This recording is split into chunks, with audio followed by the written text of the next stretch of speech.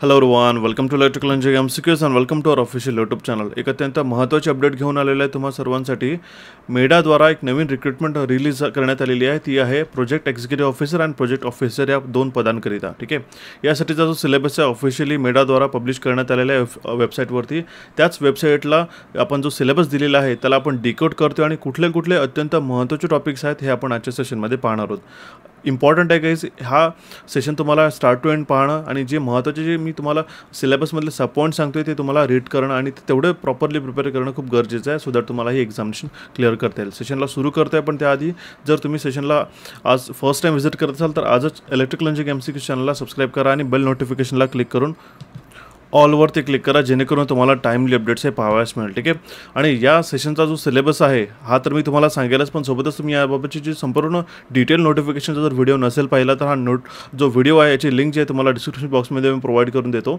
त्यामध्ये तुम्हाला जे काही इम्पॉर्टंट पॅरामीटर्स आहेत या रिक्रुटमेंटसाठी ते मला तुम्हाला सर्वप्रथम समजून सांगितलेले आहेत, जसं की एलिजिबिलिटी झालं, एक्झाम पॅटर्न झालं, या सगळ्या गोष्टींची मी चर्चा या व्हिडिओमध्ये ऑलरेडी केलेली आहे. ठीक आहे, सेशन सुरू होताच मी तुम्हाला सांगतोय आपले दोन्ही ॲप्लिकेशन इलेक्ट्रिकल इंजिनिअरिंग एमसीक्यूज आणि कॅपिट्यूटचे ॲप्लिकेशन एक नॉन टेक्निकलसाठी आणि टेक्निकलसाठी जे आहेत ना ॲप्लिकेशन डाउनलोड करून घ्या, जेणेकरून तुम्हाला फ्री क्विजेस हे जे आहेत ना अटेम्प्ट करायला मिळतील. यासाठी आपण सेपरेट एक फोल्डर क्रिएट केलेलं आहे ॲप्लिकेशनला फ्री क्विज नावाचं, तिथे तुम्हाला हे फ्री क्विजेस पाहावयास मिळेल. आणि सोबतच तुम्हाला जर प्रिव्हियस इयर क्वेश्चनचे PDF एकाच ठिकाणी हवे असेल तर तुम्हाला या ॲप्लिकेशनला डाउनलोड करून PYQ या फोल्डरमध्ये चेक करावे लागतील. ठीक आहे, सोबतच तुम्हाला ॲडिशनल कुठला PYQ मिसिंग वाटत असेल की तुम्हाला ॲडिशनल ॲड करायचं असेल तर या नंबरवरती व्हॉट्सॲप करून तुमचे एक्झामिनेशन नाव आम्हाला मेन्शन करा, हा पेपर जो आहे यामध्ये ॲड करण्यात येईल. ठीक आहे, सेम इलेक्ट्रिकल इंजिनिअरिंग एमसीक्यूज आणि कॅपिट्यूटच्या दोन्ही ॲप्लिकेशनला हे फोल्डर्स आपण क्रिएट करण्यात आलेले आहे. ठीक आहे, आता बघा फ्री क्विजेस जे आहेत हे तुमच्या टेक्निकलच्या ॲप्लिकेशनमध्ये टेक्निकलचे पाहावयास मिळतात आणि नॉन टेक्निकलचे जे तुमचे असतात ना ठीक आहे क्विजेस हे तुम्हाला या फ्री क्विज फोल्डरमध्ये पाहावयास मिळेल. ओके, आता बघा मेढाचा एक्झामिनेशन पॅटर्न जो आहे ठीक आहे, जो आपल्याकडे रिक्रुटमेंट आलेली आहे महाराष्ट्र ऊर्जा विकास अधिकाऱ्यांची जी मेढाची रिक्रुटमेंट आहे त्यामध्ये जो सिलेबस आहे ठीक आहे, सिलेबसच्या आधी तुम्हाला एक्झाम पॅटर्न हा माहिती करणं खूप गरजेचं आहे. आता या बघा यामध्ये काय प्रोजेक्ट एक्झिक्युटिव्ह ऑफिसर ठीक आहे,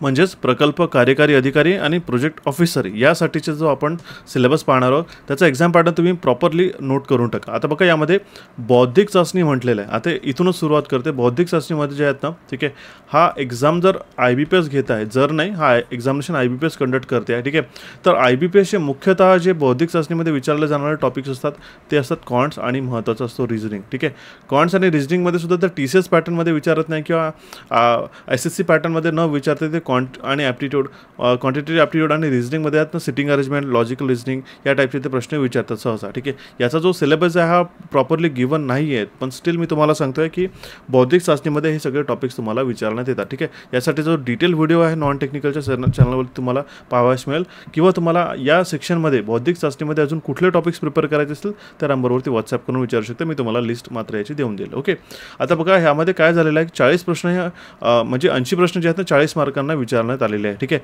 तर बघा क्वेश्चन्स जास्त आहेत. ठीक आहे, तर क्वेश्चन जर जास्त असले त्यामुळे आपल्याला कॉन्ट्स आणि रिझनिंग आहे हे टॉपिकसुद्धा प्रिपेअर करावे लागतील ॲट दिस अर्ली स्टेज, कारण की बौद्धिक चाचणीमध्ये हे सुद्धा टॉपिक इन्क्लूड होतात आणि इंटिग्रल आहे ते IBPS जनरली तो विचारतो. ठीक आहे, आता याला सोडून चालेल का नाही, कारण की 80 क्वेश्चन्स आहे. ठीक आहे, जरी याला मार्क सिग्निफिकंटली कमी असले तरी पण आपल्याला हे जे छोटे छोटे क्वेश्चन्स असतात ना ह्याला लीड मिळतं एक्झामिनेशनमध्ये.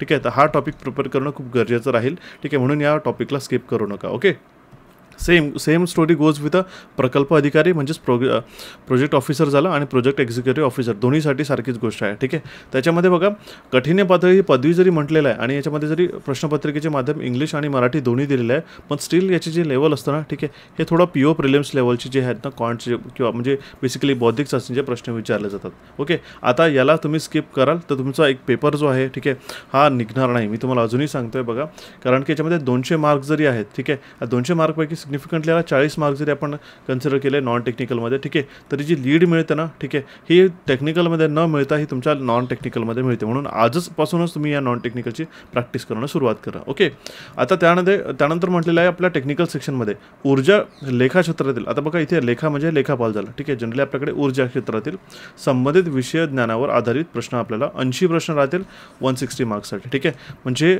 1 क्वेश्चन कॅरीज 2 मार्क्स. आता हा सिग्निफिकंट होतो. ठीक आहे, 80 क्वेश्चन आम्ही आपल्याला डायरेक्टली 160 मार्क्सपर्यंत आपल्याला अचीव करता येतं. पण आपल्याला कुणाला 160 आउट ऑफ 160 मिळतं का? नाही. ठीक आहे, ही रेंज जी आहे ना, ही एक्झामिनेशनच्या डिफिकल्टी लेवलवरतीच डिपेंडंट असते. म्हणून बरोबर आहे की लक्षात ठेवा, हे 80 क्वेश्चनचा एक रेंज जो आहे हा एक्झामिनेशनच्या डिफिकल्टी लेवलवरतीच तुम्हाला अटेम्प्ट करता येईल. म्हणूनच हा जो सेक्शन आहे हा तुम्हाला एक वीक पॉईंट न राहता हा स्ट्रॉंग पॉईंट तुम्हाला करायचा आहे आपला बौद्धिक चाचणी, जेणेकरून तुम्हाला जी इथे जी भरपाई असते 1-2 प्रश्न सुटले तरी तुम्हाला यामध्ये नॉन टेक्निकलमध्ये एक लीड मिळते. ओके, आता याचाच आपण सिलेबस डिस्कस करणार आहोत की या 80 प्रश्नांमध्ये कुठल्या टॉपिकवरती आणि सब टॉपिकवरती जास्ती प्रश्न विचारले जातील. ओके, यामध्ये जे 160 क्वेश्चन्स आहेत आणि 120 मिनिट्स आहेत, म्हणजे less than a minute for a question. ठीक आहे, हे आपण कन्सिडर करून चालतोय, कारण की इथे जो डॉमिनंट प्लेयर आहे हा आहे 80 क्वेश्चनचा. ठीक आहे, कारण की 80 प्रश्न जे आहेत तर सरळ तुम्हाला याचे नॉन टेक्निकलचेच आणि 80 प्रश्न जे आहेत आपल्याला टेक्निकलचे आहेत. ठीक आहे, तर म्हणून जे आहेत ना हे वन लाईनर टाईपचे जे क्वेश्चन्स आहेत ना हे आपल्याला टेक्निकलमध्ये पाहावयास मिळतील, पण त्याच्यामध्ये थोडेसे कॉन्सेप्च्युअल ते प्रश्न तुम्हाला एक्झामिनेशनमध्ये दिसेल. ओके, तर हे प्रकल्प अधिकारी म्हणा किंवा प्रकल्प कार्यकारी अधिकारी दोन्हीसाठी मी तुम्हाला समजून सांगितलेलं आहे हा एक्झामिनेशन पॅटर्न. ओके, लेखापालसाठी आपण इथे डिस्कस नाही करतोय. ओके, आता आपण याचा मुख्यतः सिलेबस पाहूया. ठीक आहे, सिलेबसमध्ये प्रोजेक्ट एक्झिक्युटिव्ह ऑफिसर आणि प्रोजेक्ट ऑफिसरसाठी कॉमन 10 टॉपिक आपल्याला दिले आहेत. ओके, ह्या 10 टॉपिकमध्ये मी तुम्हाला सांगतोय की एक्झामिनेशन पॅटर्न कसं राहील किंवा एक एक्सपेक्टेड तुम्हाला कशा पद्धतीने तयारी करायची हे मी तुम्हाला सांगतोय.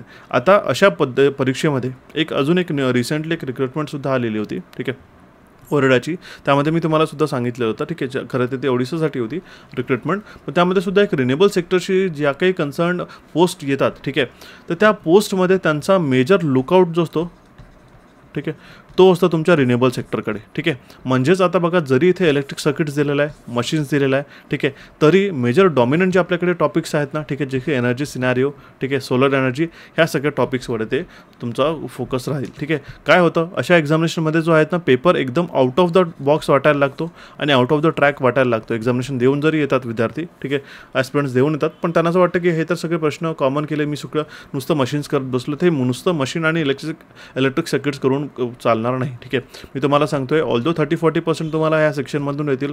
इलेक्ट्रिक सर्किट झाला किंवा मशीन्स या टॉपिकमधून, जे की कॉमन इलेक्ट्रिकल इंजिनशी ओरिएंटेड आहे. ठीक आहे, जे की कोर टॉपिक्स आहे हे सगळे लोक प्रिपेअर करतात. आणि लायटिंग सिस्टीमसुद्धा झाला, हा इलिमिनेशनचा टॉपिक येतो, हा सुद्धा एक ओव्हरऑल प्रिपेअर करण्यात आलेला असतो. ठीक आहे, पण मात्र आता इथून याची सुरुवात होते, ती झाला पंप अँड पंपिंग सिस्टीम. ठीक आहे, हा सुद्धा एक 10% तुमच्या टॉपिकशी इम्पॉर्टंट आहे. नंतर येतं पॉवर बॅकअप.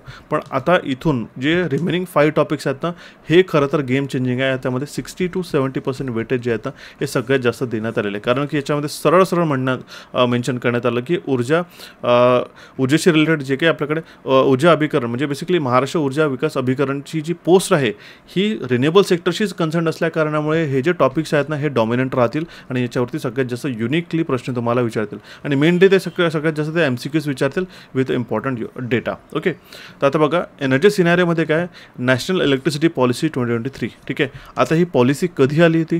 ठीक आहे, त्यानंतर त्याचे जे सिग्निफिकन्स असतात, काही याच्यामध्ये अमेंडमेंट झाले. ठीक आहे, त्याचे जे काही लॉज असतील, काही लेजिस्लेशन किंवा रूल्स असतील, ठीक आहे, हे सुद्धा त्यामध्ये विचारतात.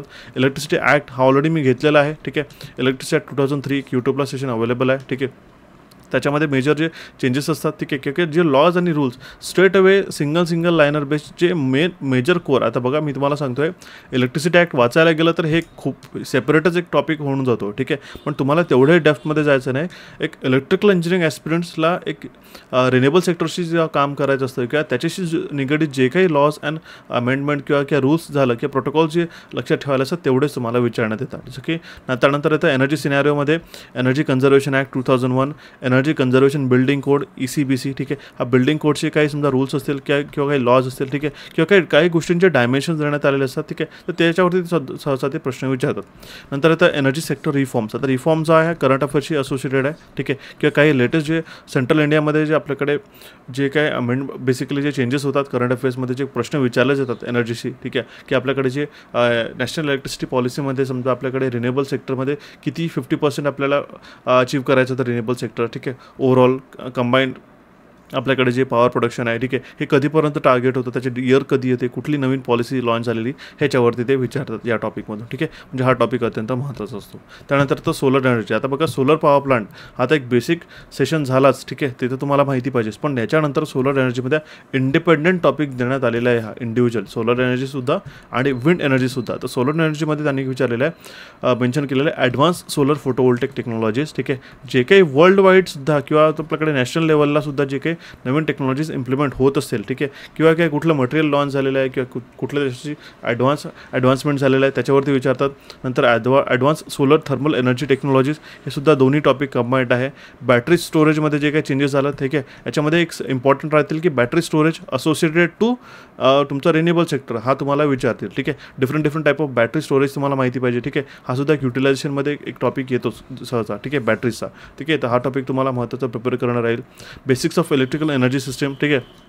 बेसिक्स ऑफ इलेक्ट्रिकल एनर्जी सिस्टममध्ये यामध्ये बेसिक पॉवर प्लांटसुद्धा ते विचारतील.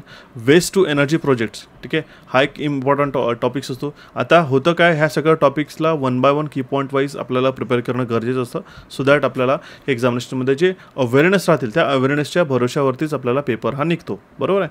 नंतर तर solar pumping system and it's performance, ठीक आहे, हा एक इंडिव्हिज्युअल एक टॉपिक प्रिपेअर करायचा असतो सोलर पंपिंग सिस्टमचा, ठीक आहे.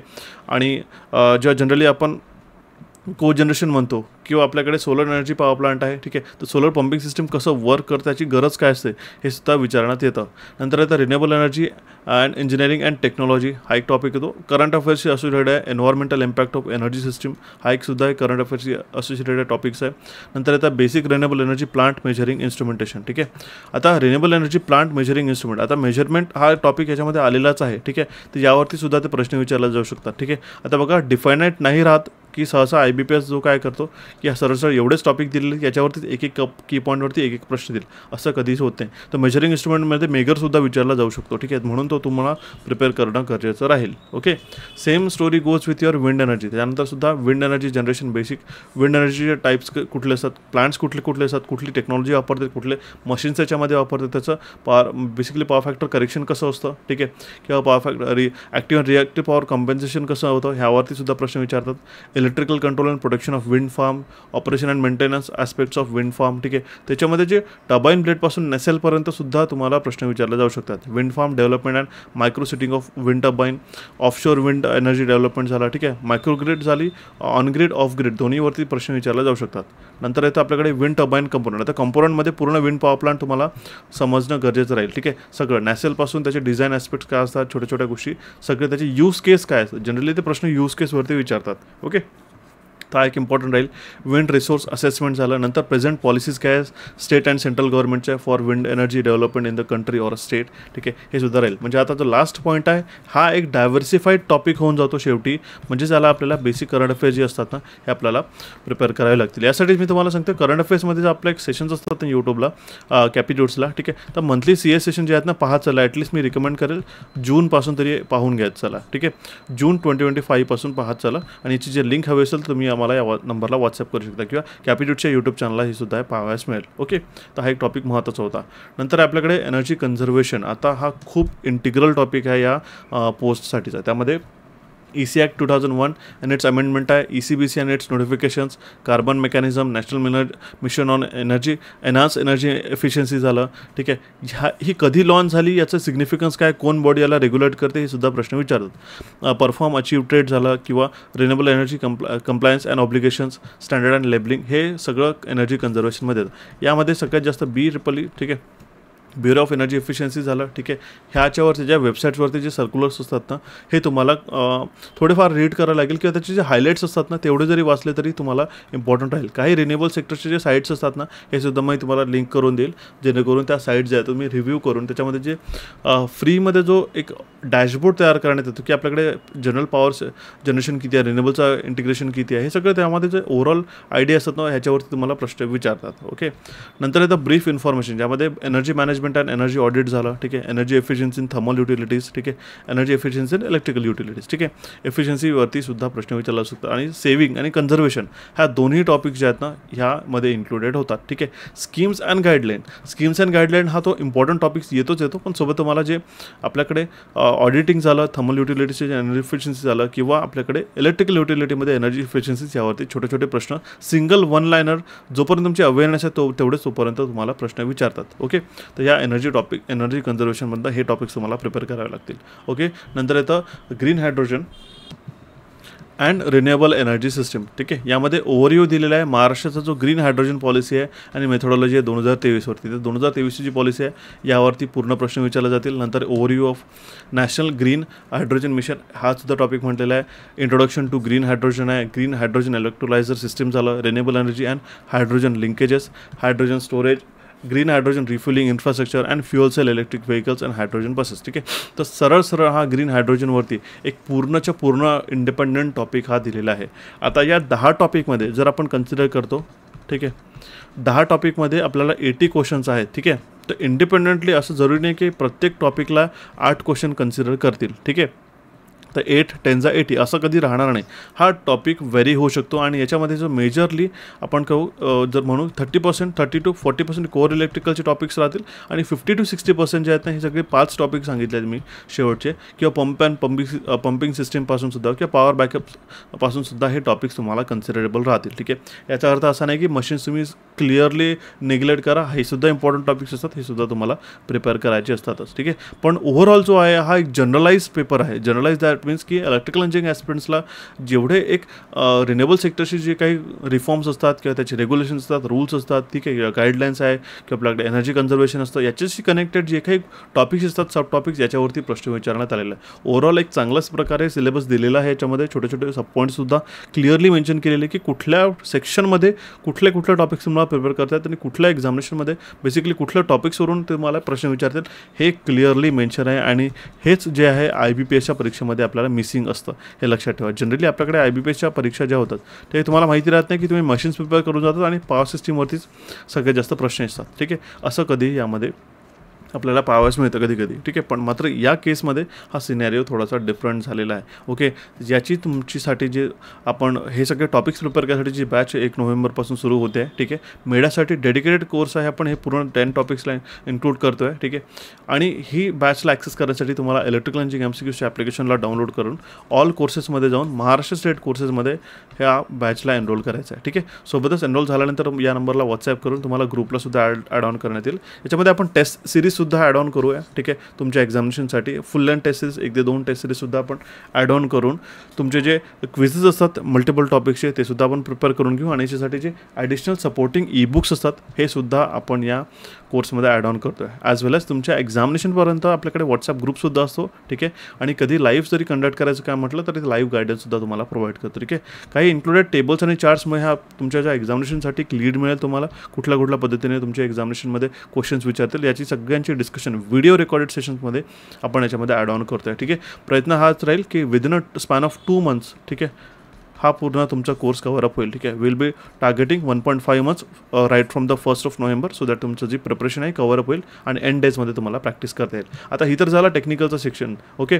जे आपल्याकडे 80 क्वेश्चन्स आहे तर मी तुम्हाला स्ट्रॉंगली रिकमेंड करेल या 80 क्वेश्चन्ससाठी IBPS जो आहे मेनली क्वांटिटेटिव्ह ॲप्टिट्यूड आणि लॉजिकल रिझनिंगवरती प्रिपेअर करतो, ते फोकस करतो. तर क्वांटिटेटिव्ह ॲप्टिट्यूडचा जो कोर्स आहे कॅपिट्यूडच्या ॲप्लिकेशनला अवेलेबल आहे, ठीक आहे. यामध्ये दिलेले सगळे टॉपिक्स तुम्ही प्रिपेअर करा आणि त्याच्यामधले सुद्धा इम्पॉर्टंट जे टॉपिक्स आहेत ना याचीसुद्धा मी लिस्ट तुम्हाला या कोर्समध्ये तुम्हाला या टेक्निकलच्या कोर्समध्ये सांगेल की कुठले टॉपिक्स मेजरली प्रिपेअर करायचे आहेत, ठीक आहे. सोबतच लॉजिकल रिझनिंगसुद्धा प्रिपेअर करा. सिटिंग अरेंजमेंट, पझल हे मेजर टॉपिक्स असतात तुमच्या एक्झामिनेशनसाठी. याची जेवढी प्रॅक्टिस राहील तेवढंच तुम्हाला फायद्यात होईल, ठीक आहे. पण मात्र हा जो TCS बेस्ड जे रिझनिंग आहे ना हे मी थोडं ऑप्शनल ठेवतो आहे, ठीक आहे.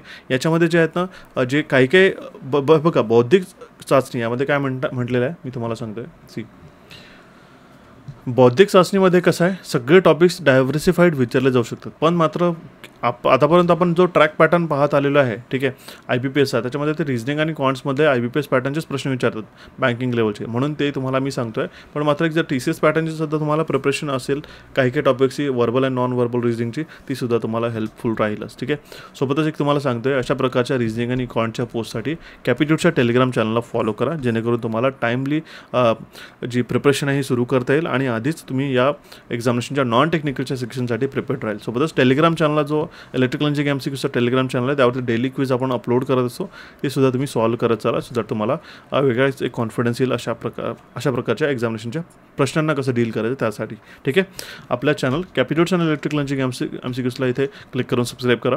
रिसेंट सेशन पाहण्यासाठी इथे तुम्ही क्लिक करून ते सेशन पाहू शकता आणि काही क्वेरी असेल तर तुम्ही कमेंट बॉक्समध्ये किंवा दिलेल्या व्हॉट्सअप नंबरवरती विचारू शकता. So guys, thank you for watching this session. Have a nice day. भेटू आपण आपल्या नवीन सेशनमध्ये लवकरच.